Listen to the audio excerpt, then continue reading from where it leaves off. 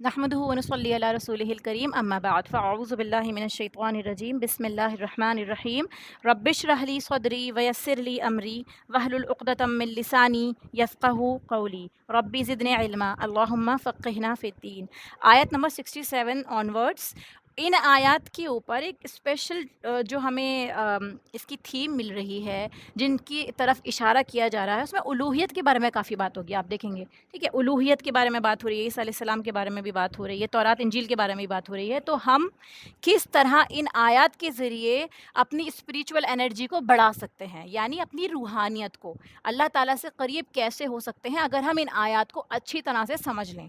ٹھیک ہے، تو ان کے روٹس کے ساتھ میں چلتے ہیں. سب سے پہلے ایک بار کہ ان کے میننگ کیا کیا ہیں. ٹھیک ہے، یہاں پر آتا ہے آیت نمبر 67 میں، یا ایھا الرسول، رسول کو ندا دی جا رہی ہے. ٹھیک ہے، یہ یا جو اسٹارٹنگ میں آ رہا ہے نا، یہ حرف ندا ہوتا ہے کسی کو پکارنے کے لیے، کال آؤٹ کرنے کے لیے. اس سے پہلے کافی مرتبہ آ چکا ہے یہ، اسی لیے اس کو دھیان رکھیے اور نوٹ کر لیں جو بھی کوئی ایسی بات ہو جو آپ کو نہیں معلوم ہو. تو اے رسول، ٹھیک ہے، بلغ ما انزل الیک من ربک، پہنچا دیجئے. یہ بلغ جو ہے یہ کمانڈ ہے، یہ امر کہتے ہیں اس کو. ٹھیک ہے، امر، فعل الامر. تو پہنچا دیجئے جو کچھ نازل کیا گیا آپ کی طرف سے، آپ کے رب کی طرف سے، یعنی آپ کے پاس جو نازل کیا گیا اللہ تعالیٰ کی طرف سے، اس کو آپ پہنچا دیجئے لوگوں میں. وَإِن لَمْ تَفْعَلْ، اگر آپ نے نہیں کیا ایسا، فَمَا بَلَّغْتَ رِسَالَتَهُ، تو نہیں پہنچایا آپ نے پیغام. رسالہ میسج کو کہتے ہیں. ٹھیک ہے، تو آپ نے اس کا مطلب میسج نہیں پہنچایا. اگر آپ نے نہیں پہنچایا اللہ کے کمانڈ، تو آپ نے ذمہ داری پوری نہیں کری. واللہ یعصمک من الناس، اللہ تعالیٰ بچائے گا. عین صاد میم روٹ ہے اس کا، بچانا. ٹھیک ہے، پرہیز کرنا. ٹھیک ہے، عصمت بھی آپ نے سنا ہوگا عربک میں. تو عصمت جو ورڈ ہوتا ہے، کسی چیز کو اپنے پاس روک کر اپنی حفاظت میں لے لینا اور اس کو بچانا.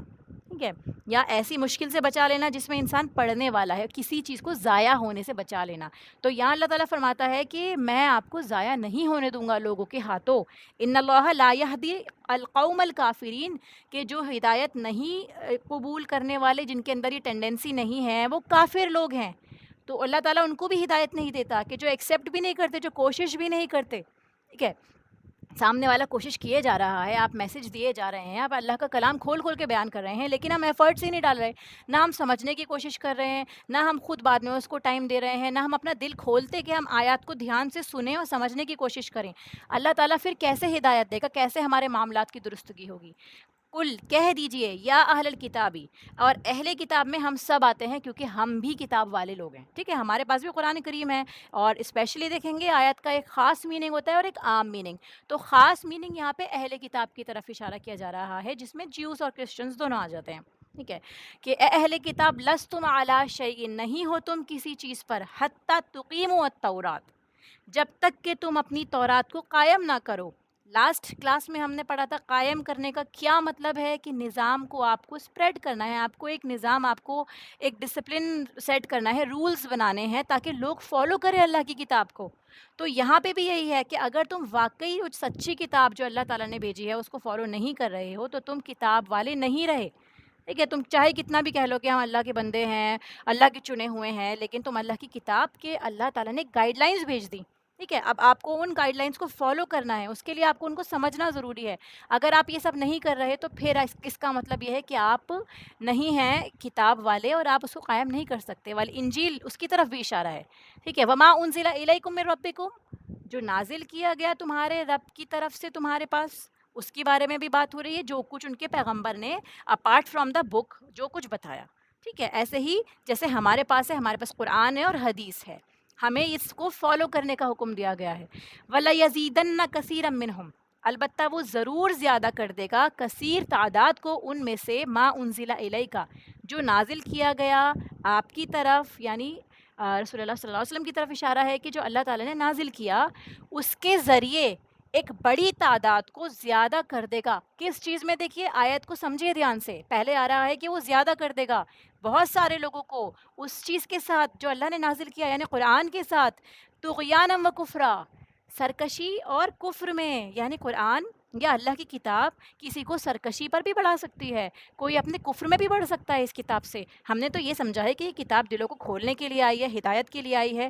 تو یہ کتاب کس طرح سے ہماری گمراہی کا یا ہمیں کفر تک لے جانے کا ذریعہ بن سکتی ہے، یا پھر ہم کیا اس کے ساتھ ایسا ٹریٹمنٹ کر رہے ہیں جس کی وجہ سے ہمارے اوپر الٹا افیکٹ ہو رہا ہے، یہ سمجھنے کی بات ہے۔ فلا تأس علی القوم الکافرین، آپ افسوس نہ کیجئے اس قوم پر جو کافر ہے۔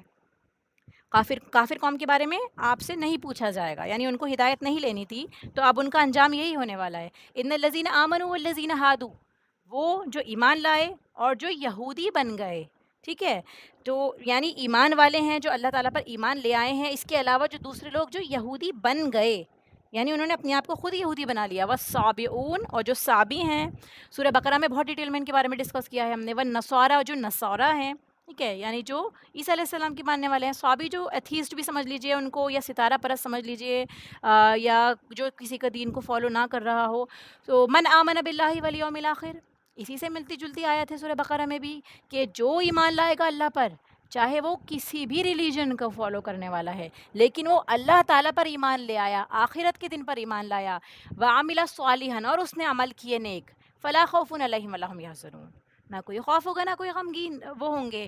تو دیکھیے اس کا مطلب یہ نہیں ہے کہ کوئی اپنے ریلیجن کو فالو کر رہا ہے، اپنے بھگوانوں کو بھی مان رہا ہے، یا اپنے پروفٹس کو انہوں نے خدا بنا رکھا ہے، اور پھر وہ اللہ پہ بھی ایمان لا رہے ہیں، آخرت پہ بھی ایمان لا رہے ہیں، تو وہ سب جو ہے ان کو کوئی خوف غم نہیں ہوگا۔ اوبویسلی اللہ پر ایمان لانے کا مطلب جو سچا ایمان لانا ہے، جیسے اللہ تعالیٰ نے فرما دیا، جیسے ہمارے آخری نبی نے فرما دیا، اسی طریقے سے، کیونکہ اب جو حجت ہے تمام اہل کتاب کے لیے وہ صرف اور صرف قرآن اور حدیث ہے۔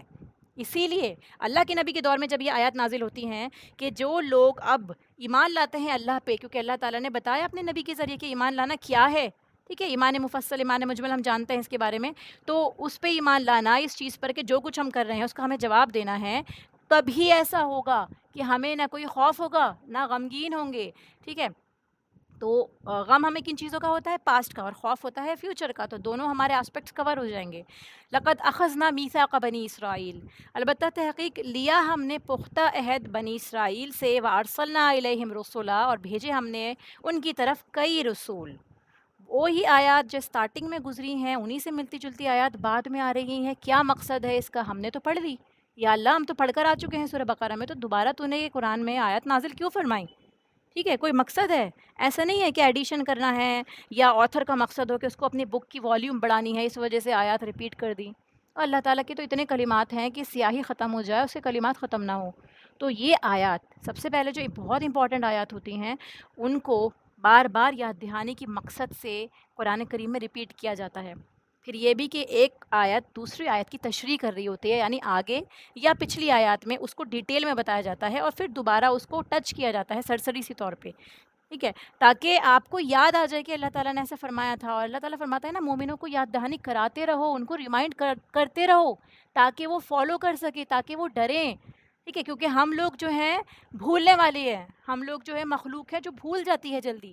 تو جیسے آپ کو پتہ ہے آدم علیہ السلام بھی تھے، ایک لمبا طویل عرصہ گزرا، اس کے بعد وہ بھول گئے، تو اس کے نتیجے میں کیا ہوا تھا ان کے ساتھ میں وہ پورا واقعہ، تو ہمارے ساتھ بھی ایسا ہے۔ اسی لیے یہ آیت دوبارہ سے ریپیٹ ہو رہی ہیں کہ بنی اسرائیل سے عہد لیا کہ آپ نے کیا، لقد اخذنا میثاق بنی اسرائیل، اللہ تعالیٰ نے رسول بھی بھیجے ان کی طرف، کئی رسول، کلما جاءہم رسول بما لا تہوی انفسہم، جب کوئی رسول آتا ان کے پاس، نہیں چاہتے تھے نفس ان کے، ٹھیک ہے، تہوا جو ہے وہی ہا وا اور یا روٹ ہے اس کا، ہوا یا ہا وا اور حمزہ، ہوا ان سے بنا ہے، یعنی خواہشات نفس کی طرف اشارہ ہوتا ہے۔ نہیں چاہتے تھے ان کے نفس، نہیں ماننا چاہتے تھے وہ ان کی باتوں کو، تاکہ وہ اپنی دنیا کی زندگی ایسے انجوائے کرتے ہوئے گزارتے رہیں جس طرح وہ گزار رہے ہیں۔ فریقاً کذبوا و فریقاً یقتلون، تو ایک گروہ کو انہوں نے کیا کیا؟ جھٹلا دیا کہ نہیں، کوئی اللہ کی بات نہیں ہے، اور جیسے ہم زندگی گزار رہے ہیں وہ ٹھیک ہے، ہمیں کسی کی بات نہیں ماننی ہے، ہمارا طریقہ بالکل ٹھیک ہے۔ اور ایک گروہ نے تو قتل ہی کر ڈالا کہ ان لوگوں کو خاموشی کر دو، نہ یہ لوگ ہوں گے اور نہ ہی ہمیں ان کی بات ماننی پڑے گی۔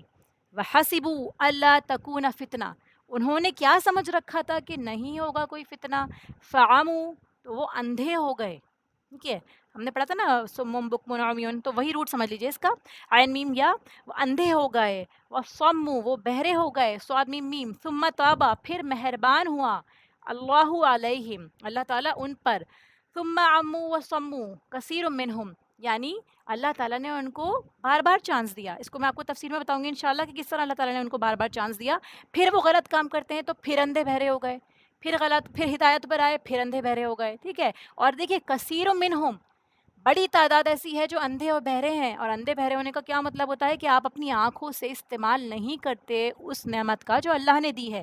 اللہ تعالیٰ چاہتا ہے وہ چیزیں دیکھیں، اس نعمت کو ریکگنائز کریں اپنی آنکھوں سے اور اللہ کی عبادت کریں، یہ سمجھے کہ یہ اللہ تعالیٰ نے دی ہے آپ کو، ٹھیک ہے، نہ کہ اس کو صرف ایک دنیاوی آسپیکٹ سے، سائنس کے آسپیکٹ سے، یا کسی اور نے ہمیں بخش دیا اس چیز کو۔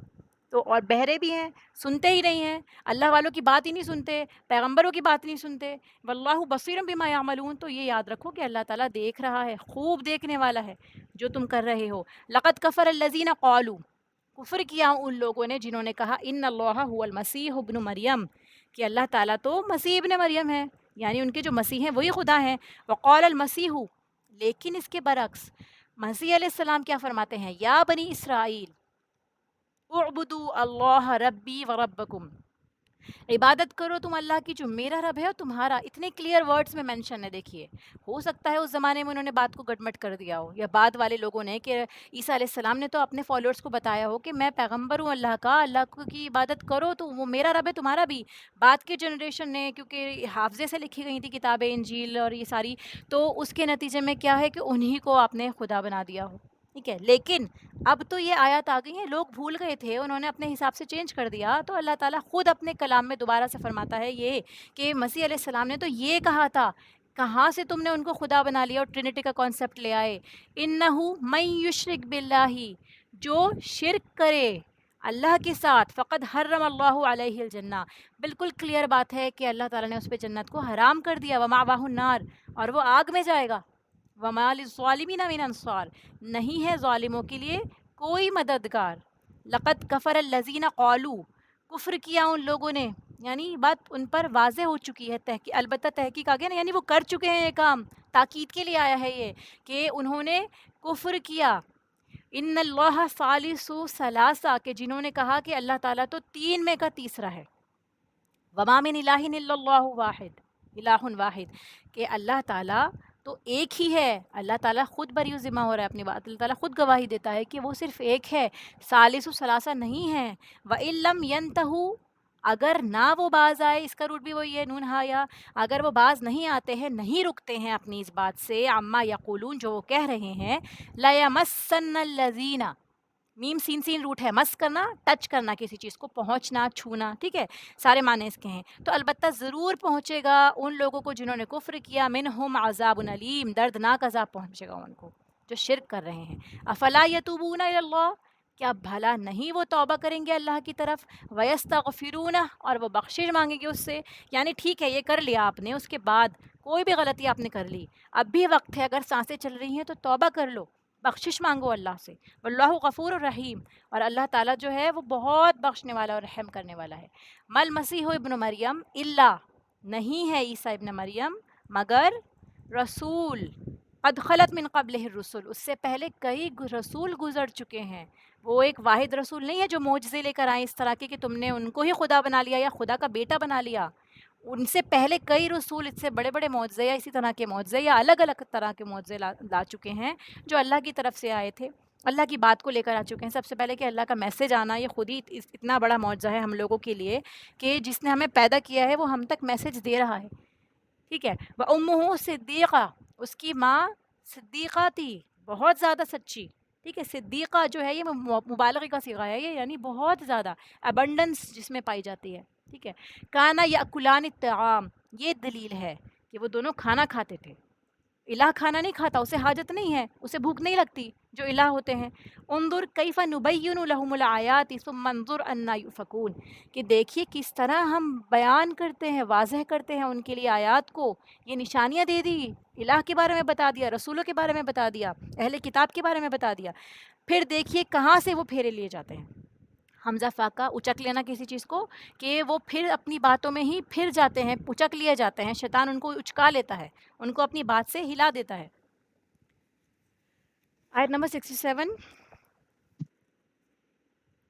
یا ایہا الرسول بلغ ما انزل الیک من ربک، اس کا ترجمہ دیکھیے، نبی صلی اللہ علیہ وسلم کے بارے میں بتایا جا رہا ہے، جیسے کہ ہم جانتے ہیں آپ صلی اللہ علیہ وسلم کے فرائض منصبی، یعنی جو آپ کو ڈیوٹیز ملی تھی اللہ تعالیٰ کی طرف سے، ان میں جیسے تعلیم، ٹھیک ہے، کتاب کی تعلیم دینا، تزکیہ کرنا، یہ سب جو ہم پہلے پڑھ چکے ہیں. تو یہ سب کیا تھے؟ آپ کے فرائض منصبی تھے، آپ کی رسپانسبلٹیز تھی. اسی میں اللہ تعالیٰ نے یہاں پہ ایک اور بات کا ایڈیشن کر کے ہمارے سامنے اس چیز کو کھول کے رکھ دیا ہے کہ یہ بھی آپ کی ذمہ داری تھی. آپ کو خاص تلقین کی جا رہی ہے کہ آپ کو پہنچانا ہے ان تمام چیزوں کو جو آپ کی طرف بھیجی گئی ہیں، انہیں لوگوں تک پہنچا دو. ٹھیک ہے، اب دیکھیے بلغ یبلغ جو ہے تبلیغ اس جس سے بنا ہے، اس کا معنی ہوتا ہے پہنچانا. اور اس میں ایک مفہوم پایا جاتا ہے کسی چیز کو آہستہ آہستہ، گریجولی، سلولی کر کے کرنا. ٹھیک ہے، اس جو اس کی میک ہے، یہ جو باب ہوتا ہے اس کے اندر آہستہ آہستہ کسی کام کو کرنے کا مفہوم پایا جاتا ہے. ٹھیک ہے، آہستہ آہستہ، اور اس طرح سے کہ لوگوں کے دل میں وہ بات پہنچ جائے، ان کے اندر راسخ ہو جائے، اچھے سے گڑ جائے ان کے دل میں. ٹھیک ہے، تو اسی لیے کہا گیا ہے، کیونکہ نبی پاک صلی اللہ علیہ وسلم 40 سال تک لوگوں میں معزز ہستی رہے، لوگوں کے چہیتے رہے. جیسے ہی اللہ کا پیغام پہنچا تو لوگ جو ہے مخالف ہو گئے آپ کے. یعنی ایک انسان سے جس سے آپ اتنا پیار کرتے ہیں، آپ اس کو مانتے ہیں، اس کی ایک ریپوٹیشن ہے سوسائٹی میں، تو اچانک سے ایسا کیا ہو گیا کہ آپ نے اس کے اندر ساری خرابیاں نکالنی شروع کر دی. آپ کی نظریں ہی پھر گئی ہیں، ایسی باتیں آپ اگلنے لگ گئے اس شخص کے بارے میں جو آپ کی شان کے خلاف ہیں. پھر آپ دیکھیے سوشل بائیکاٹ کر دینا آپ صلی اللہ علیہ وسلم کا، شدید جسمانی اذیتوں کا سامنا آپ نے کرا ہے. کتنی طرح سے چاروں طرف سے دباؤ تھا آپ پر، اور اندیشہ اس بات کا تھا کہ آپ کی جان پر نہ آ جائے. ٹھیک ہے، کیونکہ ایسی سچویشن بھی آ گئی تھی نا کہ قتل کا بھی منصوبہ بن چکا تھا. اللہ سبحانہ و تعالیٰ نے ہجرت کا حکم دیا تو آپ کو وہاں سے نکالا. ٹھیک ہے، ورنہ کیا تھا کہ آپ کے ساتھ یہ کچھ بھی کرنے کا ارادہ رکھتے تھے. پھر نبی صلی اللہ علیہ وسلم مدینہ تشریف لائے. آپ دیکھیے وہاں بھی یہود کی اجارہ داری قائم تھی. یہود اچھے، انہوں نے اپنی پوری ٹھاٹ جما رکھی تھی. وہ کوئی ایسی بات برداشت نہیں کر رہے تھے جو ان کے منصب یا مقام کے خلاف جا رہی ہو. ان تمام دباؤ کے مقابلے میں آپ امیجن کریے کہ آپ صلی اللہ علیہ وسلم کو حوصلہ دیا جا رہا ہے.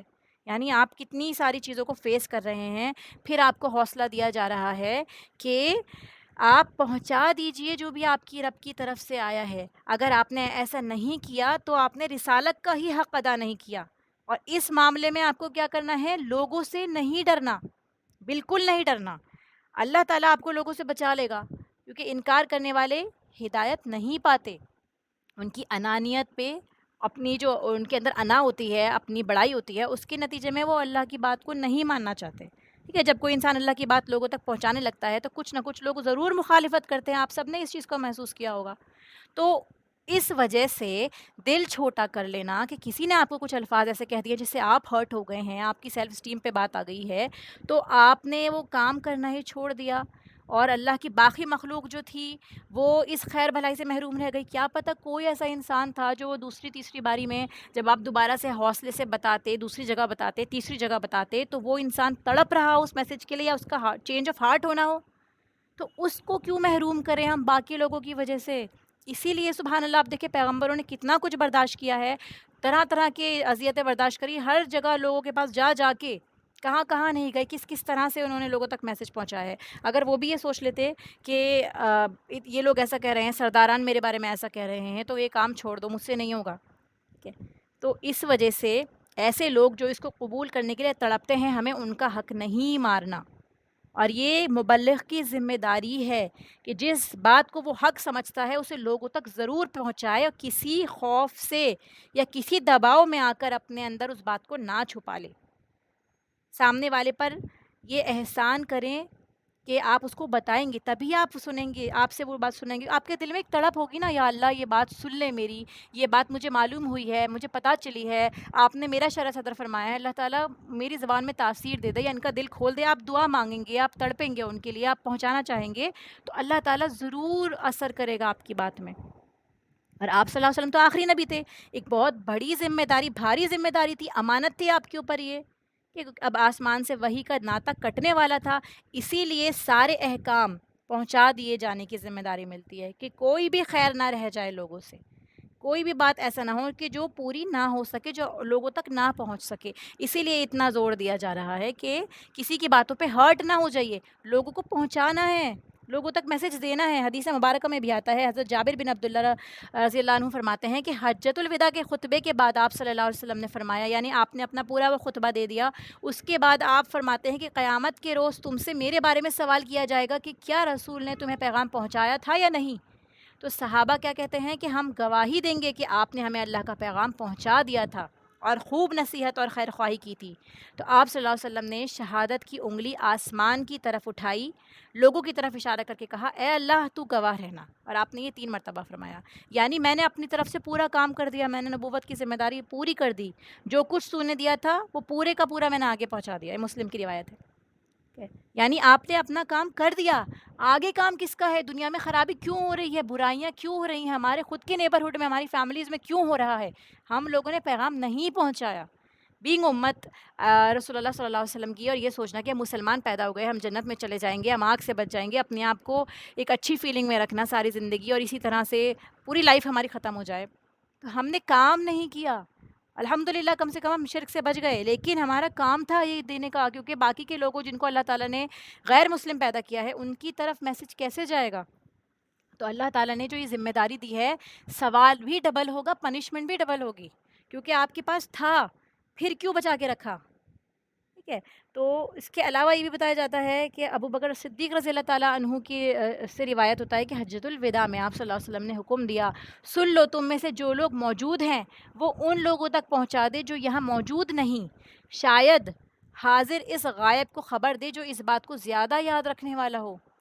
جیسے کتنے لوگوں نے پڑھا ہوگا, اس کے بعد میں صحابہ تھے, انہوں نے دنیا بھر میں پھیلا کے دین آگے پہنچایا. پھر اس کے بعد ہمارے جو اسکالرز ہیں جنہوں نے محنتیں کری, اس چیز کو جمع کیا, حدیثوں کو جمع کیا, پھر مفسرین ہوئے, اس کے بعد ہمارے سامنے کتابیں آتی ہیں, پھر ہم ان کو پڑھتے ہیں. تو یہ ہم تک کیسے پہنچا, اگر وہ بھی نہیں کرتے تو ہم تک نہیں پہنچ سکتا تھا. تو ہمارے اوپر بھی اب کسی نے احسان کیا ہے, تو اب ہماری باری ہے, ہم اس کو لے کے کھا کے نہیں بیٹھ سکتے. کسی بھی لیول پہ کسی بھی طرح سے آپ کو پہنچانا ہے, چاہے اپنے عمل سے کریے یا چاہے اپنی زبان سے کریے. نبی کے بعد یہ ذمہ داری ہم پر ہے, تو اسی لیے ہمیں یہ پیغام پہنچانا ہے, یہ ہم پر فرض ہے.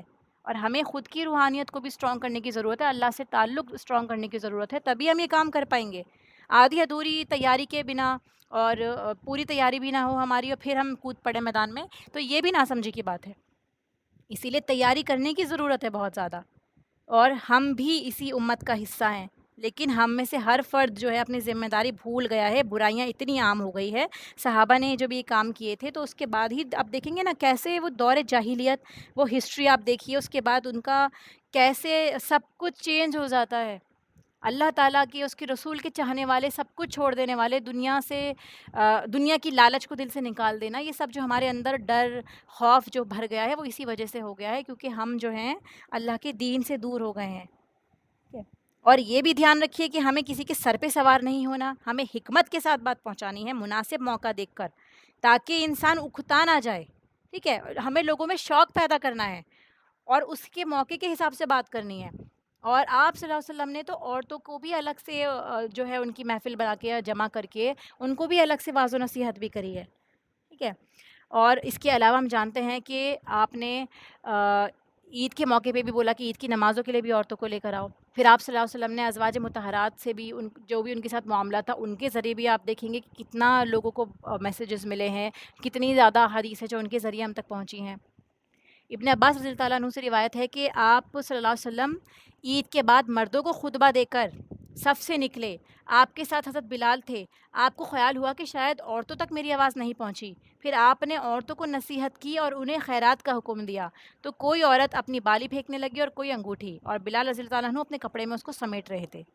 یعنی آپ نے ہر طرح سے کام کیا, آپ نے یہ نہیں کہہ دیا کہ عورتوں کا کام صرف عورتوں میں ہی ہے. آپ صلی اللہ علیہ وسلم تو سب کے لیے نبی تھے. ہمارے لیے تو یہ پرائیورٹی ہونی چاہیے فتنے سے بچنے کے لیے جتنا ہو, کیونکہ ہمارے پاس اتنی بڑی فیلڈ ہے کہ کتنی ہی عورتیں لا علم ہیں, تو اس لیے ان تک تو پہنچیے کم سے کم, اس کے بعد آگے کا بعد میں دیکھیں گے.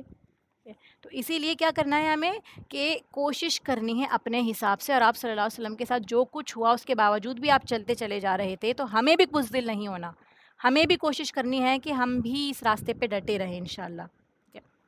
اور اس کے علاوہ اس آیت سے کیا میسج ملتا ہے ہم لوگوں کو کہ انسان کی نجات کا انحصار یعنی ڈپینڈنسی کسی خاص گروہ کے ہونے پر نہیں ہے. آپ کو کیا ہے، آپ کو اللہ تعالیٰ نے مسلمان بنا دیا ہے. اب آپ کو کیا کرنا ہے، آپ کی ذمہ داری یہ ہے کہ اس میسج کو آگے پہنچانا ہے. یہ نہیں سوچ سکتے ہم کہ بس ہم اس امت میں پیدا ہو گئے ہیں، ہم رسول اللہ صلی اللہ علیہ وسلم کی امت میں ہیں، اب تو اللہ تعالیٰ ہمیں بھیج دے گا اب جنت میں، جیسے کہ ان لوگوں کا قول تھا. تو ہمارے ساتھ بھی یہی معاملہ ہے. ٹھیک ہے، اور آپ صلی اللہ علیہ وسلم نے پورے کا پورا دین پہنچایا ہے، کچھ بھی نہیں چھپایا، اور لوگوں تک پیغام پہنچایا ہے. اللہ تعالیٰ نے بھی آپ کی حفاظت فرمائی. تو ایک امپورٹنٹ لیسن یہ بھی ہے کہ جس طرح اللہ تعالیٰ نے آپ صلی اللہ علیہ وسلم کی حفاظت فرمائی، انشاءاللہ اللہ تعالیٰ ہماری بھی حفاظت فرمائے گا. اس لیے اس چیز سے ڈریے نا، جس بھی طرح ہو سکے کوشش کرتے رہیے. قل یا اہل الکتابی لستم علی شیء، کہہ دیجئے اے اہل کتاب، آپ یعنی ان کو پیغام پہنچا دیجیے. رسول اللہ صلی اللہ علیہ وسلم سے کہا جا رہا ہے کہ اے اہل کتاب، تم کسی چیز پر نہیں، یعنی تم دیندار نہیں کہلا سکتے جب تک کہ تم تورات کو قائم نہ کرو. سب سے پہلے اپنے اوپر. ٹھیک ہے، تورات کو قائم کرنا کیا ہے کہ اس کو فالو کرنا، جو اس کے اندر اوامر ہیں اس کے یعنی کرنے کے کام ہیں وہ کرنا، جو منع کیا گیا ہے ان چیزوں کو چھوڑنا. اس کے علاوہ جو اس کے اندر خبریں آئی ہیں آپ صلی اللہ علیہ وسلم کے بارے میں یا قیامت کے بارے میں یا جو بھی ہے، ان ساری چیزوں کی ان کی تصدیق کرنا، جنت کی، جہنم کی، پچھلے قوم کے واقعات کی، ان کو ماننا کہ واقعی ایسا ہوا تھا. اور سب سے اہم خبر تو رسول اللہ صلی اللہ علیہ وسلم کی آمد کے بارے میں ہے. اور جو بھی تمہاری طرف، تمہارے رب کی طرف سے نازل کیا گیا ہے، یعنی اب جو قرآن نازل کیا جا رہا ہے تمہارے وقت میں، جو نبی آیا ہوا ہے اس کے اوپر جو قرآن آ رہا ہے، تو کیا کرنا ہے تمہیں، اس پہ بھی ایمان لانا ہے. لیکن اس کے برعکس کیا ہوا، البتہ ضرور زیادہ کر دے گا بہت سو کو ان میں سے جو آپ کی طرف آیا ہے، آپ کے رب کی طرف سے، سرکشی اور کفر میں. ٹھیک ہے، یعنی بہت سے لوگ، اکثریت، دیکھیے یہاں پہ جو ہے نا کثیر کا لفظ استعمال ہوا، یعنی بہت سارے لوگوں کو، اور اکثر کا لفظ نہیں ہوا، یعنی یا پھر جمیعاً کا لفظ نہیں آیا، یعنی کہ سب کے سب کو نہیں کہا. بہت سارے لوگ ایسے ہوں گے جو نہیں مان رہے ہوں گے. آپ کو تسلی دی جا رہی ہے کہ تم افسوس نہ کرو ایسے لوگوں پر، کہ بہت سارے لوگ جو ہیں، میجورٹی جس کو ہم سمجھتے ہیں نا کہ زیادہ لوگ جو چیز کر رہے ہیں ہم بھی اس چیز کو فالو کرنے لگیں گے. تو یہاں سے ہمیں پتہ چلتا ہے کہ زیادہ تر لوگ جو ہیں وہ گمراہ ہیں، غلط راستے پر جا رہے ہیں، خواہشات کے پیچھے جا رہے ہیں. تو اہل کتاب اپنے آپ کو کیا سمجھتے تھے، بڑی چیز سمجھتے تھے. ٹھیک ہے، کہ ہم جو ہیں اللہ کے محبوب ہیں، ہمیں آگ نہیں چھوئے گی. اس کو اپنے آپ سے ریلیٹ کرتے چلے جائیں. اگر ہمیں کسی چیز کا زعم ہے کہ ہم نے اتنے حج کر رکھے ہیں، اتنی نمازیں پڑھ رکھی ہیں، اتنا ہم صدقہ کرتے ہیں، تو ہمارا انجام اچھا ہوگا. بالکل اللہ تعالیٰ کی ذات سے ہمیں حسن ظن رکھنا ہے، لیکن اس چیز کے چکر میں کام نہیں چھوڑ دینا، اپنی بڑی ذمہ داری نہیں چھوڑنی، جو کہ ہمیں ابھی پتہ چلی ہے پچھلی آیت سے. اللہ تعالیٰ ان کے بھی غلط فہمیاں دور کر رہا ہے. تمہارا کوئی اسٹیٹس نہیں کہ جب تک تم تورات اور انجیل کو قائم نہ کر دو. اور ساتھ میں قرآن کی طرف اشارہ ہے. اور کتاب کو قائم کیسے کرتے ہیں، سب سے پہلے اپنی ذاتی زندگی میں ہم اپنی لائف کو کھول کے دیکھیں کہ ہم واقعی جتنا قرآن ہم نے پڑھ لیا ہے یا ہمیں بیسک چیزیں جو معلوم ہیں، کیا 100% ہم ان کو فالو کر رہے ہیں اپنی ذاتی زندگی میں. یعنی ہم اپنے کم سے کم اپنے اوپر فالو کریں اس سے پہلے کہ لوگوں کے پاس ہم جائیں. ٹھیک ہے، تو یہ قائم کرنا اپنی ذات پر، اور اس کے بعد اجتماعی اس میں احکامات پر عمل کیا جائے، یعنی جو پوری قوم کو اللہ تعالیٰ نے حکم دیے ہیں کرنے کے لیے، ان کے اوپر پریکٹیکل امپلیمنٹیشن کیسے کیا جا رہا ہے. آپ صلی اللہ علیہ وسلم کی مثال آپ لے لیجئے، چلتا پھرتا قرآن کہا جاتا ہے آپ کو.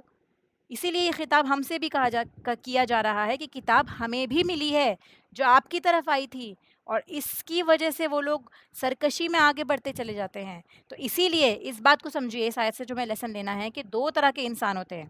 ایک جو ہے وہ خیر کی بات کو سنتا ہے، ٹھیک ہے، اس کے اندر پازیٹیو چینجز آنے لگتے ہیں، پھر وہ کیا کرتا ہے، بھلائی میں حصہ لینے لگتا ہے، علم نافع حاصل کرتا ہے، اور اس کے بعد عمل اس کا اچھا ہو جاتا ہے، عمل صالحہ میں بڑھتا چلا جاتا ہے وہ، اور دوسرے لوگوں کو بھی روشنی دیتا ہے.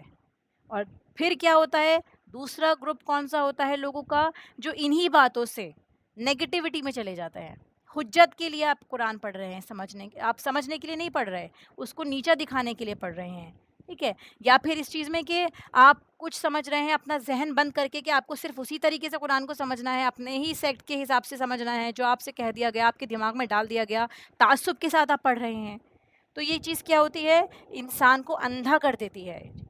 ٹھیک ہے، تو اسی لیے ہمیں کیا کرنا ہے، اگر آپ ہدایت کو قبول کرنا چاہتے ہیں تو اس کے لیے ہمیں اپنی انانیت کو دور کرنا پڑے گا، تعصب کو دور کرنا پڑے گا، تبھی یہ قرآن ہمارے لیے شفا اور رحمت بنے گی. اسی لیے آخرت کو ہم اگنور نہیں کر سکتے. یہ سوچیں کہ اللہ تعالیٰ نے ہمیں دنیا میں چانس دے رکھا ہے، ہم لوگوں کو کچھ کرنے کا کام دیا ہوا ہے، تو ہمیں کیا کرنا ہے، اپنی فکر سب سے پہلے کرنی ہے، اس کے بعد پھر دوسروں کی بھی فکر کرنی ہے. جیسے ان لوگوں کا حال تھا کہ ان لوگوں نے کیا کیا کہ اپنے بارے میں بھی نہیں سوچا، کہ ان کو لگا کہ ہم چہیتے ہیں، ٹھیک ہے، اور اس کے علاوہ باقی لوگوں تک بھی میسج نہیں پہنچنے دیا، اور نہ ہی عوام کو بتایا کہ رسول اللہ صلی اللہ علیہ وسلم آخری نبی ہیں، ان کی نشانیاں بھی چھپا دی۔ تو یہاں سے اس آیت سے ہمیں کیا لیسن ملتا ہے کہ کسی انسان کی اللہ کی نظر میں کوئی ویلیو نہیں جب تک کہ وہ اللہ کی لائی ہوئی کتاب پر عمل نہ کر لے، جتنا ہو سکتا ہے کہ 100% تو سبحان اللہ کتنے ہی لوگ کر پا رہے ہوں گے، اللہ تعالیٰ جس کو توفیق دے، اللہ تعالیٰ ہمیں بھی ان میں شامل فرمائے، لیکن جتنا ہو سکتا ہے اس کی کتاب کو فالو کریں، ادروائز اللہ تعالیٰ کی نظروں میں ہماری کوئی ویلیو نہیں ہوگی، صرف محبت کے ہمارے دعوے ہوں گے۔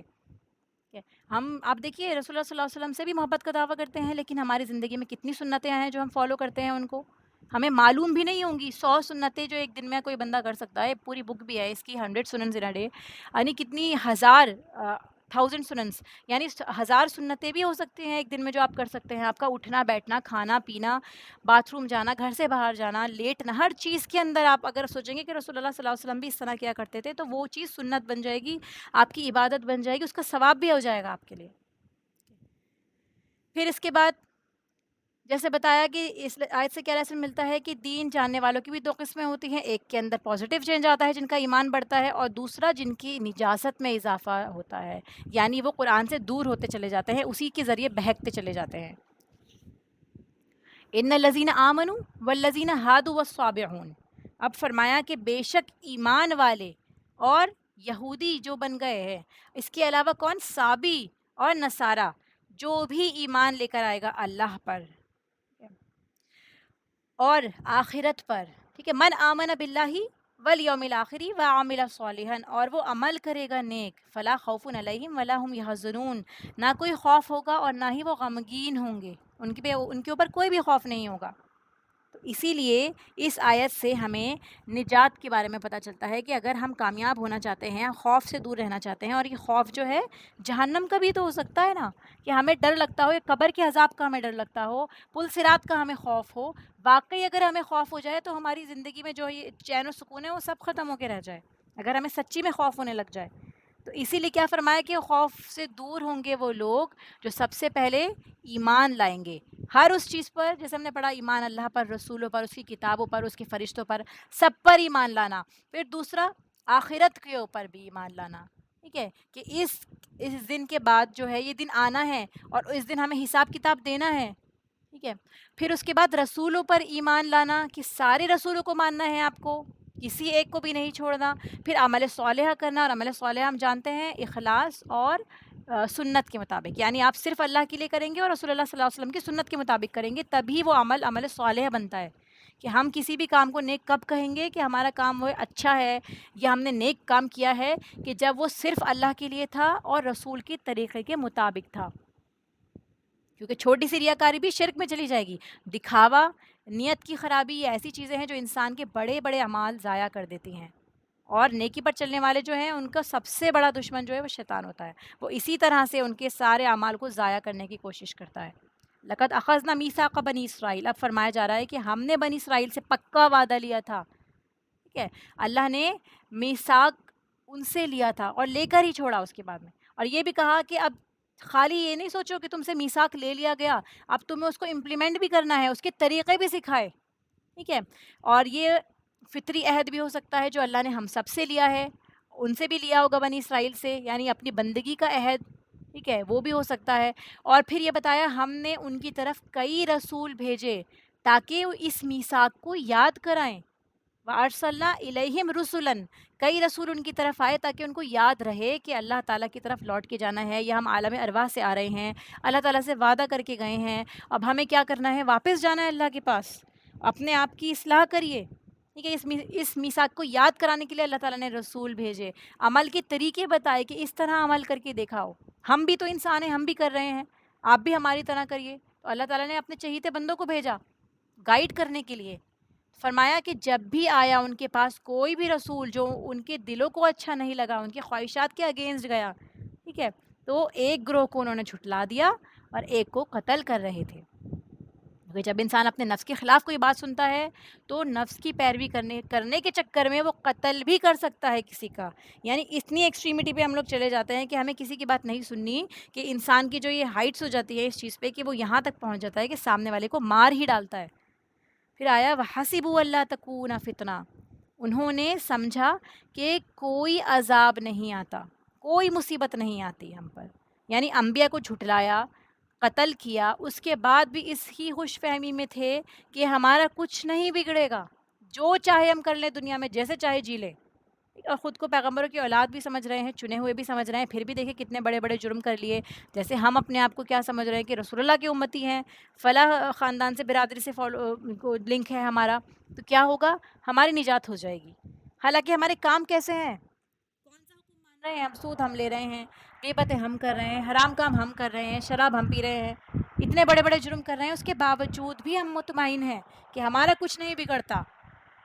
تو ان کو غلط کاموں پر، اتنی غلط کاموں نے جو ہے ان کو دلیر کر دیا ہے. یعنی غلط کام اگر آپ کرتے چلے جائیں گے تو انہی کاموں پہ پھر آپ کی حس مر جائے گی، شرم نکل جائے گی آپ کے اور میرے اندر سے.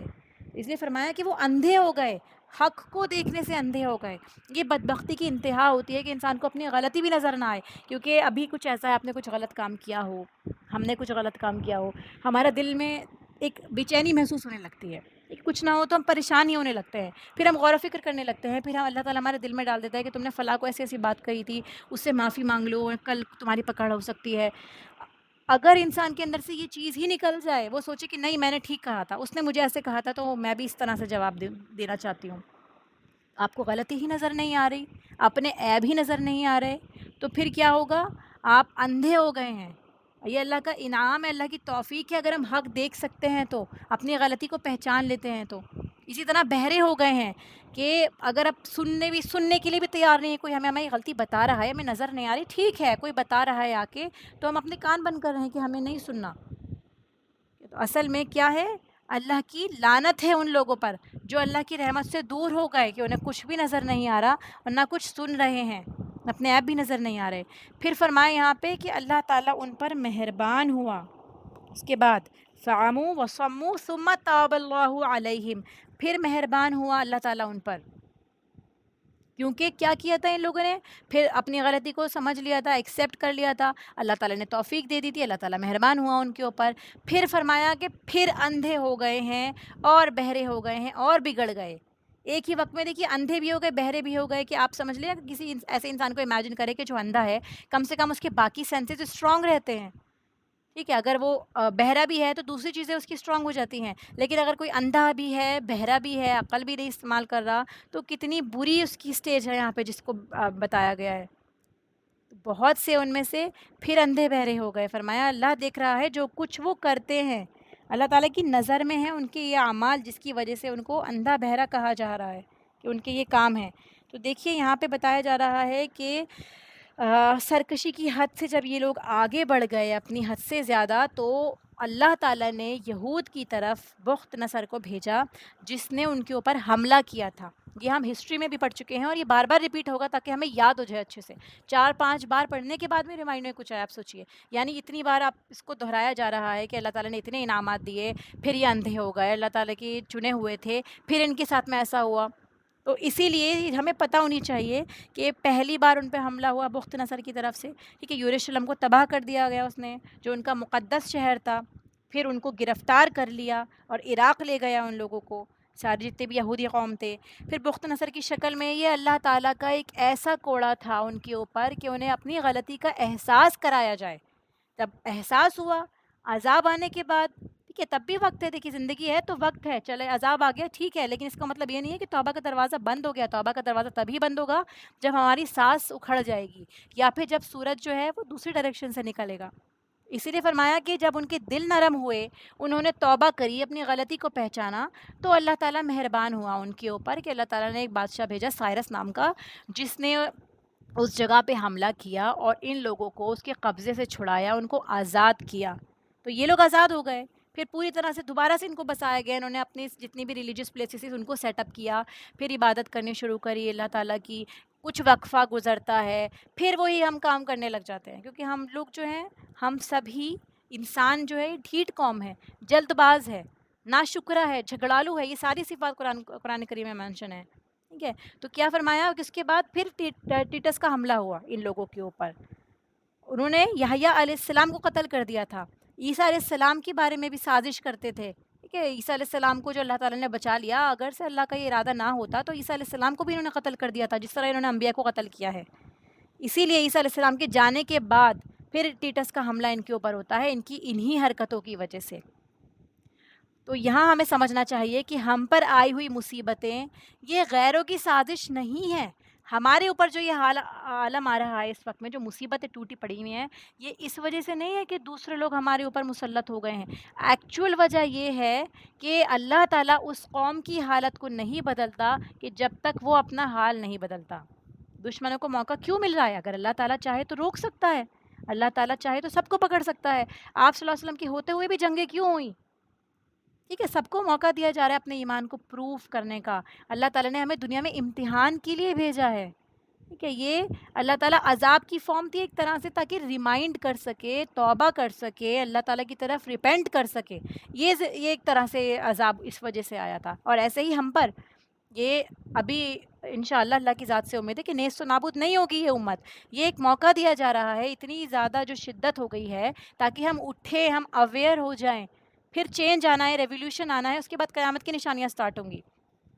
تو اسی چیز اس کے لیے کیا کرنا ہے ہمیں نہیں معلوم تک کہ تب تک ہم رہیں گے یا نہیں رہیں گے. اس لیے ہم اپنے حصے کا کام آج ہی کر لیں جتنا ہو سکتا ہے، جتنی بھی ہماری کوشش ہو سکتی ہے. اسی لیے یہاں پہ اس آیت میں جو ہمارے لیے لیسنز ہے وہ کیا ہیں کہ انسان غلط کام کرے اور اس کو احساس ہی نہ ہو تو یہ اس کی بے حسی کی نشانی ہے. پھر انسان کے اندر تربیت کے لیے جو ہے وقت لگتا ہے. یعنی آپ کی تربیت ہو رہی ہے، دھیرے دھیرے آپ اپنی بری عادتیں چھوڑ رہے ہیں، آپ اچھی عادتیں اپنا رہے ہیں. اس میں ٹائم لگے گا. اس کے لیے پریشان نہ ہو، نہ ہی دوسروں کو بلیم کریں، نہ اپنے آپ کو بلیم کریں اس چیز کے لیے. دھیرے دھیرے ٹائم کے ساتھ ساتھ جتنا ہو سکے اپنے آپ کو خالص کر کے اللہ تعالیٰ کی رضا کے لیے اپنی اصلاح کرتے چلے جائیں جتنا ہو سکے. اور پھر اس سے نکلنے کا طریقہ کیا ہے؟ اگر آپ نہیں نکل پا رہے ہیں اپنی بری عادتوں سے، اللہ سے دعا کریں کہ اللہ تعالیٰ ہمیں ہمارے عیب دکھا دے اور ہمیں اصلاح کی توفیق دے، تاکہ ہم بہتر بن سکیں، ہم اپنے طریقے بدل سکیں.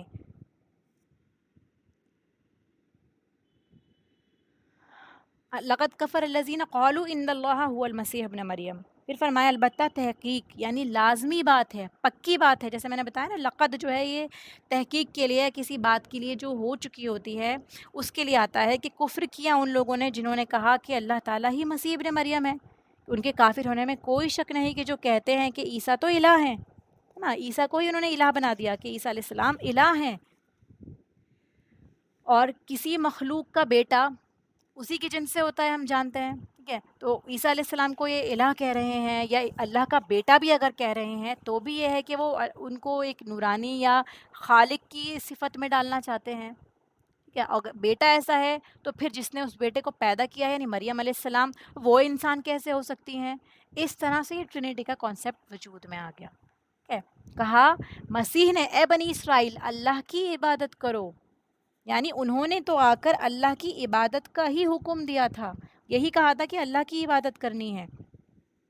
ان کا بھی عقیدہ یہی تھا، وہ میرا رب ہے اور تمہارا رب بھی ہے. اور عبادت کیا چیز ہوتی ہے؟ عاجزی کرنا، جھکنا کسی کے آگے، انکساری کرنا. ٹھیک ہے. اطاعت کرنا. عبادت جو ہے یہ محبت سے آگے کا درجہ ہو گیا. اور اس سے پہلے ہم کیا کرتے ہیں؟ کسی کی بات مانتے ہیں، ٹھیک ہے، پھر آپ نے اس سے محبت کری، آپ کو اس کی ہر بات اچھی لگتی ہے، آپ کو اس سے ملاقات کرنے کا دل چاہتا ہے، بات کرنے کا دل چاہتا ہے. پھر یہ لیول آتا ہے عبادت کا کہ آپ اس کے آگے جھک جاتے ہیں، جو وہ کہے گا میں وہ کروں. کہ میری اپنی کوئی میری اپنی کوئی خواہش ہی نہیں ہے، ساری اس کے آگے ہے. وہ ہوتی ہے عبادت، کہ جب ہم بالکل ہی سامنے والے کی ہر بات ماننے لگ جائیں اپنے سے اوپر رکھ کے. تو عبادت مانے ہر کام میں اللہ کی مرضی کے مطابق اگر ہم کچھ کر رہے ہیں وہ ہماری عبادت ہو گئی. چاہے آپ اللہ کی مرضی کے مطابق اپنے گھر والوں کے لیے کوکنگ کر رہے ہیں، خیال رکھ رہے ہیں، ان کے بچوں کی تربیت کر رہے ہیں، گھر کی صفائی کر رہے ہیں کیونکہ صفائی نصف ایمان ہے. کچھ بھی آپ کر رہے ہیں، آپ کی نظر میں بس یہ ہے کہ میرا رب مجھ سے راضی ہو جائے، یہ میرے رب کا حکم ہے. رسول اللہ صلی اللہ علیہ وسلم نے ہمیں ایسا کرنے کو کہا یا آپ نے ایسا کیا. آپ گھر کی جھاڑو لگا دیا کرتے تھے، آپ گھر والوں کی مدد کر دیا کرتے تھے. ہر اس کام میں آپ سوچئے کہ یہ اللہ کو پسند ہے تو وہ سارے کام انشاءاللہ اللہ کی ذات سے امید ہے کہ وہ عبادت بن جائیں گے، اس کا ثواب ہم کو ملے گا. پھر فرمایا کہ بے شک وہ جو اللہ کے ساتھ کسی کو شریک ٹھہرائے گا اللہ نے اس پر جنت حرام کر دی ہے.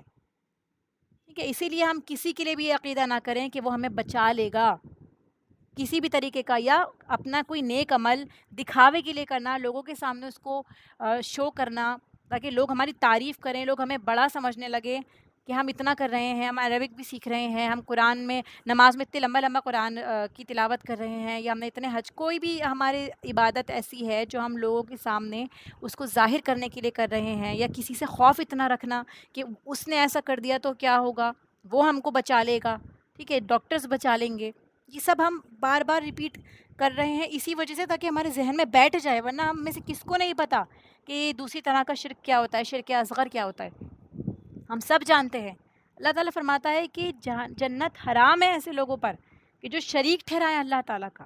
اب یہ دیکھیے، بیسیکلی تو بات یہاں پہ شرک اکبر کی ہی ہو رہی ہے، یعنی کہ اللہ تعالیٰ کے علاوہ آپ کسی اور کی عبادت کر رہے ہیں، لیکن جیسے ہم نے دیکھا عبادت کیا چیز ہوتی ہے، اطاعت ہوتی ہے، کسی اور کی اگر ہم اطاعت میں لگ گئے، اسی کو پرائیورٹی بنا لیا، ہمارے ذہن و گمان پہ سے وہی چیزیں حاوی ہیں، کوئی بھی چیز جو ہو، چاہے فیملی ہو یا کچھ اور ہو، ہمارے اپنے ہابیز ہوں، تو وہ ساری چیزیں آٹومیٹکلی عبادت کے صیغے میں چلی جائیں گی اور پھر وہ شرک تک پہنچ سکتی ہیں۔ ہم نہیں جانتے کہ کل ہم سے ان کا بھی سوال ہو جائے گا اور اس کے نتیجے میں جنت ہم پہ حرام ہو جائے گی، اسی لیے ہر کام کو اللہ سے جوڑ لیں، سیف سائڈ لے کے چلیں، ٹھیک ہے۔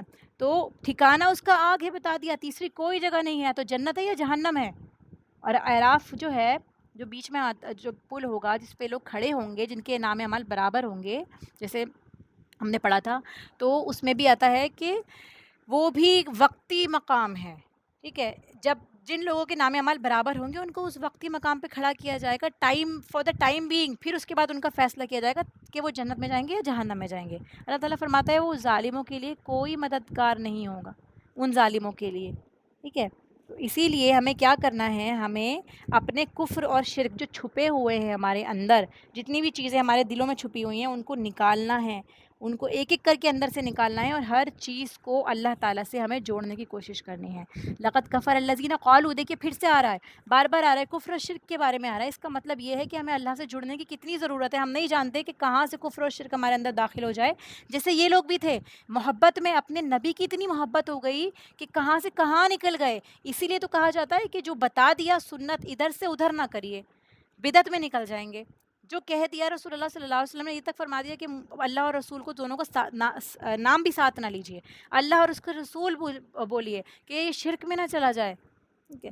تو اسی لیے ہمیں کیا کرنا ہے، دھیان رکھنا ہے ہمارے ہر ایکشن کا، کہ کوئی چیز ہماری اتنی زیادہ نہ ہو جائے، ایکسٹریمٹی میں نہ چلا جائے کہ ہم جو ہے نعوذ باللہ اس کو اس طرح کا مقام دے دیں کہ جس طرح، یا اس طرح سے محبت کرنے لگے جس طرح اللہ سے محبت کا حق ہے۔ اسی آیت میں بھی یہ آ رہا ہے، دیکھیے کہ کفر کیا ان لوگوں نے جنہوں نے کہا کہ بے شک اللہ تعالیٰ تین میں کا تیسرا ہے، ان اللہ ثالث ثلاثہ، اللہ تعالیٰ تیسرا ہے، کہ نصارہ کے دوسرے گروہ کا عقیدہ ہے یہ۔ اور آپ دیکھیں اس میں بھی اختلاف ہے، جیسے ہم بار بار پڑھ چکے ہیں، مسیح علیہ السلام، مریم علیہ السلام کو کہا جاتا ہے تیسرا، یا کہیں کہیں روح القدس کو بھی کہا جاتا ہے کہ وہ ہیں تیسرے ٹرینیٹی میں، اس میں بھی الگ الگ گروپس بنے ہوئے ہیں، کیونکہ جو بات حق پر نہیں ہے اس میں ڈاؤٹس ہیں، ہوں گے ہی ہوں گے ڈاؤٹس، جو قرآن و سنت سے ثابت نہیں ہے ان ساری چیزوں میں ڈاؤٹس ہوں گے، اور جو ڈاؤٹ فل چیزیں ان کو چھوڑ دیجیے۔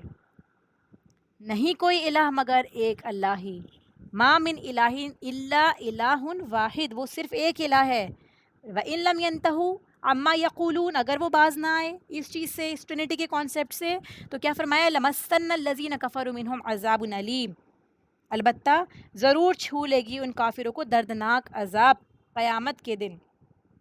ہم مسلمانوں میں کیا ہوتا ہے، نبی کو ہم نور کہہ دیتے ہیں، نور کا حصہ کہہ دیتے ہیں، نعوذ باللہ اللہ کا حصہ کہہ دیتے ہیں، حاضر ناظر سمجھ لیتے ہیں ان کو، ہماری دعائیں وہ سن رہے ہیں، ٹھیک ہے، ہماری بات یا کسی بھی طرح سے جو ہم سمجھ لیتے کہ وہ ہمارے لیے ایک ذریعہ بن جائیں گے، ابھی دنیا میں کوئی ذریعہ نہیں ہے، ٹھیک ہے، آپ کے نیک اعمال آپ کا ذریعہ ہے، آپ دوسروں سے دعا کے لیے کہہ سکتے ہیں، لیکن خود اتنی محبت کریں اللہ تعالیٰ سے کہ ڈائریکٹ کانٹیکٹ بنائیں، اللہ تعالیٰ سے بات کریں، جس بھی لہجے میں، جس بھی لینگویج میں، جس بھی طرح سے بات کرنا چاہیں آپ، اللہ تعالیٰ سے فرینڈ بن کے، آپ کسی بھی طرح سے، جیسے سمجھ لیجئے ویسے بات کریں، اللہ تعالیٰ سے دعا کریں اللہ تعالیٰ سے، پھر دیکھیے کہ کون سی مشکلیں حل نہیں ہوتی ہماری انشاءاللہ۔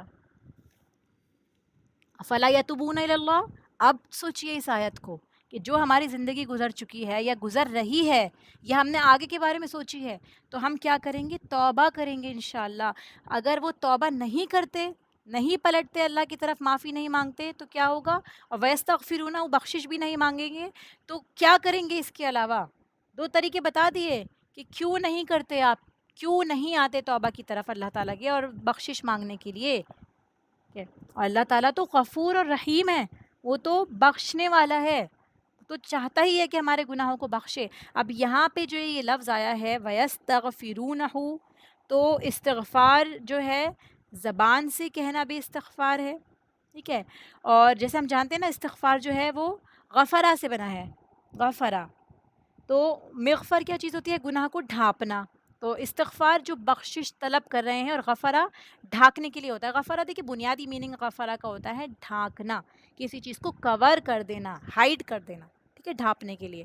تو استغفار کہ آپ طلب کر رہے ہیں اللہ تعالیٰ سے کہ وہ ہمارے گناہوں کو ڈھانپ دے، ٹھیک ہے. تو اسی لیے یہاں پہ بھی جو ہے استغفار جو ہے آپ کو زبان سے بھی کرنا ہے اللہ تعالیٰ کے لیے. یعنی آپ کو کیا کرنا ہے؟ آپ کو منہ سے بھی بولنا ہے اللہ تعالیٰ میں معاف کر دے، بخش دے ہمارے گناہوں کو، ٹھیک ہے. اور اس کے علاوہ عمل سے بھی کر کے دکھانا ہے، ٹھیک ہے، کہ عمل سے ہمارے ایکشنز جو ہیں جو ہمارے گناہوں کو مٹانے کا سبب بنتے ہیں ان کا بھی دھیان رکھنا ہے. ایسے کلمات کے ذریعے بھی مغفرت طلب کرنی ہے. جیسے ہم جانتے ہیں، ہم نے سیرت میں پڑھا ہے یا ہم نے حدیث میں دیکھا ہے کہ رسول اللہ صلی اللہ علیہ وسلم سے ثابت ہے کہ کلمات پڑھنے سے، کون کون سے کلمات ہیں؟ بہت سارے کلمات ہیں کہ جن سے ہمارے گناہ جو ہے وہ معاف ہو جاتے ہیں. اگر سمندر کے جھاگ کے برابر بھی ہیں تب بھی سبحان اللہ و بحمدہ، یہ پڑھیے آپ، اور سمندر کے جھاگ کے برابر بھی گناہ معاف ہو رہے ہیں. سورہ انفال میں بھی آتا ہے کہ ان کافروں سے کہہ دیجئے اگر یہ باز آ جائیں کفر سے تو ان کو بخش دیا جائے گا جو یہ پہلے کر چکے ہیں. تو اسی لیے بخشش ہے، ہر کسی کی بخشش ہے کہ اگر ہم واقعی اللہ تعالیٰ سے سچے دل سے مانگ رہے ہیں. تو اسی لیے توبہ اگر ہمیں کرنی ہے تو توبہ کی شرائط کے اندر کیا آ رہا ہے؟ اگر ہم استغفار سمجھنا چاہتے ہیں ایکچولی اخلاص، صرف اللہ کے ڈر سے معافی مانگ رہے ہیں، کسی نے مجبور نہیں کیا، پیرنٹس کے دباؤ میں نہیں آ رہے، اپنے استاد کے دباؤ میں نہیں آ رہے، سوسائٹی کے آس پاس کے لوگ کیا کہیں گے نہیں، کچھ بھی نہیں، دل میں صرف اللہ کا ڈر ہے، اس وجہ سے ہم نے گناہ چھوڑا ہے، توبہ کری ہے.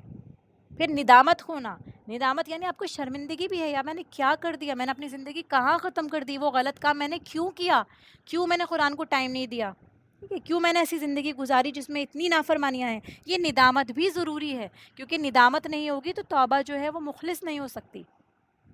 پھر ندامت کے بعد ٹھیک ہے افسوس کرے جا رہے ہیں لیکن کام وہی کر رہے ہیں. تو تیسرا اسٹیپ کیا ہے؟ گناہوں کو چھوڑنا. اب آپ نے ندامت بھی کر لی، صرف اللہ کے ڈر سے آپ نے اس غلط کام کو چھوڑنے کا ارادہ کیا ہے، لیکن اب آپ چھوڑیں گے بھی. یہ بھی کنڈیشن ہے کہ آپ چھوڑ رہے ہیں، ایسا نہیں ہے کہ بار بار جائے جا رہے ہیں اس کی گناہ کی طرف کہ چلو توبہ کر لیں گے، چلو معافی مانگ لیں گے. اتنا آسان نہیں ہے چھوڑنا، ٹھیک ہے. نہیں، آپ کو پوری کوشش کرنی ہے، گناہ چھوڑنے ہیں آپ کو گناہ انشاءاللہ.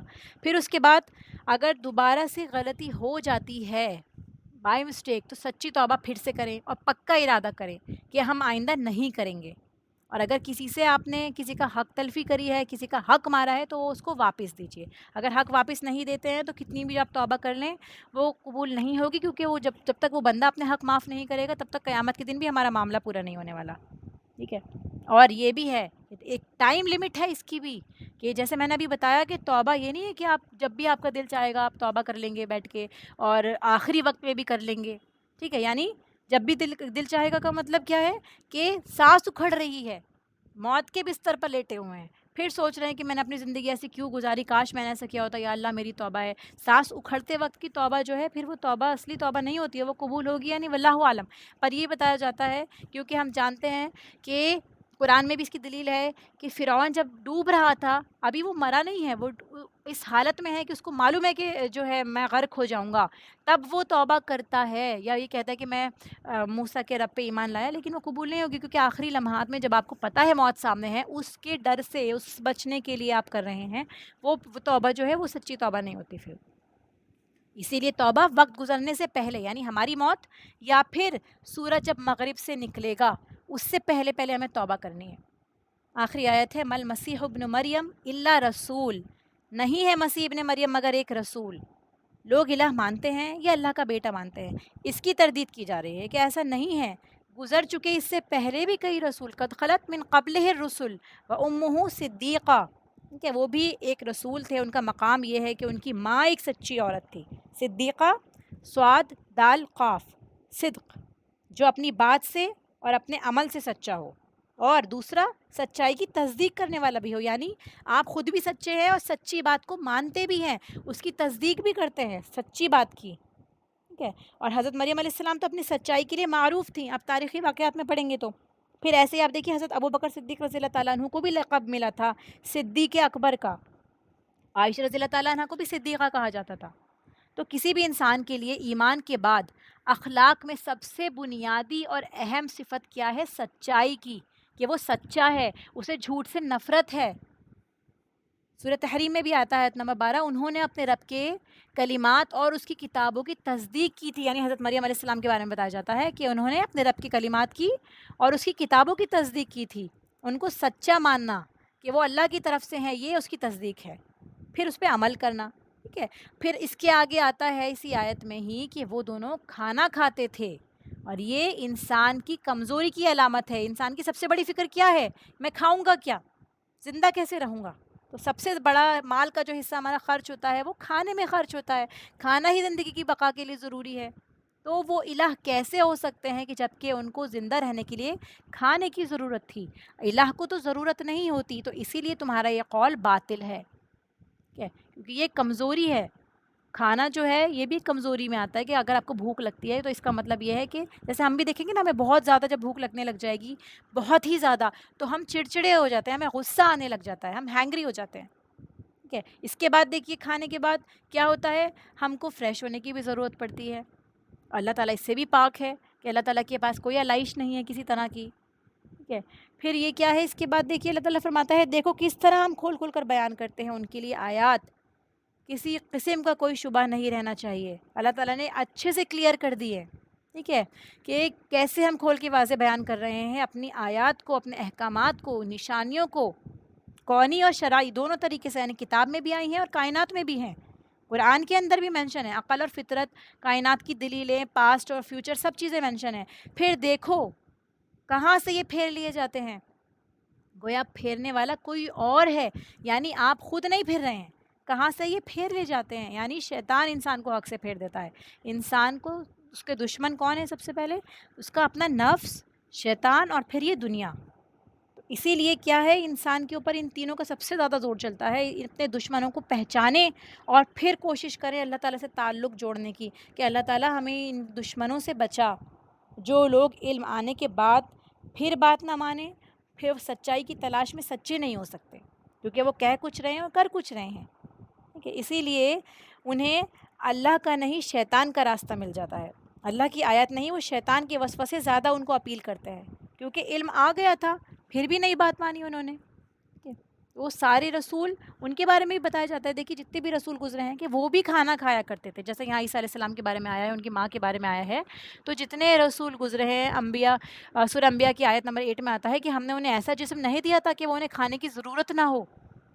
تو وہ بھی دوسرے انسانوں کی طرح جسمانی طاقت کے لیے کھانے کے محتاج تھے. تو یہ بات ثابت کرتی ہے کہ وہ سب انسان تھے اور یہ بھی انسان ہے. اہل مکہ نے بھی رسول اللہ صلی اللہ علیہ وسلم کے کھانے پر تعجب کیا تھا کہ یہ کیسا رسول ہے جو کھانا کھاتا ہے. آگے پڑھیں گے آپ، آیات میں آئے گا کہ یہ کھانا کھاتا ہے رسول. تو یہ فرمایا کہ یہ تو الہ کی صفت ہے کہ وہ نہ کھائے، باقی رسول جو ہیں وہ محتاج ہوتے ہیں کھانے کے. تو اسی لیے عیسیٰ علیہ السلام جو تھے وہ اللہ کے نہ بیٹے ہیں اور نہ ہی نعوذ باللہ اللہ ہیں، اسی لیے ان کا ذکر کیا گیا ہے. ٹھیک ہے، ابھی آیت کی تلاوت سن لیں.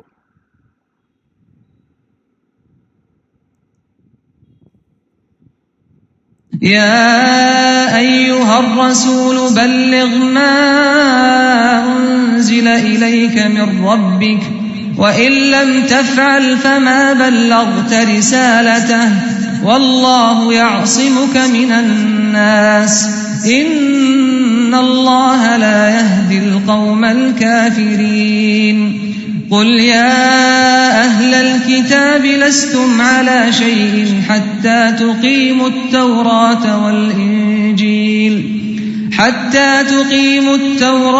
والإنجيل وما أنزل إليكم من ربكم وليزيدن كثيرا منهم ما أنزل إليك من ربك طغيانا وكفرا فلا تأس على القوم الكافرين. إن الذين آمنوا والذين هادوا والصابئون والنصارى من آمن بالله واليوم الآخر وعمل صالحا فلا خوف عليهم ولا هم يحزنون لقد أخذنا ميثاق بني إسرائيل وأرسلنا إليهم رسلا كلما جاءهم رسول بما لا تهوى أنفسهم فريقا كذبوا وفريقا يقتلون وحسبوا ألا تكون فتنة فعموا وصموا ثم تاب الله عليهم ثم عموا وصموا كثير منهم والله بصير بما يعملون لقد كفر الذين قالوا إن الله هو المسيح ابن مريم وقال المسيح يا بني إسرائيل اعبدوا الله ربي وربكم إنه من يشرك بالله فقد حرم الله عليه الجنة ومأواه النار وما للظالمين من أنصار لقد كفر الذين قالوا إن الله ثالث ثلاثة وما من إله إلا إله واحد وإن لم ينتهوا عما يقولون ليمسن الذين كفروا منهم عذاب أليم أفلا يتوبون إلى الله ويستغفرونه والله غفور رحيم ما المسيح ابن مريم إلا رسول قد خلت من قبله الرسل وأمه صديقة كانا يأكلان الطعام انظر كيف نبين لهم الآيات ثم انظر أنا يؤفكون قل وآخر دعوانا الحمد لله رب العالمين سبحانك اللهم وبحمدك نشهد أن لا إله إلا أنت نستغفرك ونتوب إليك السلام عليكم ورحمة الله وبركاته.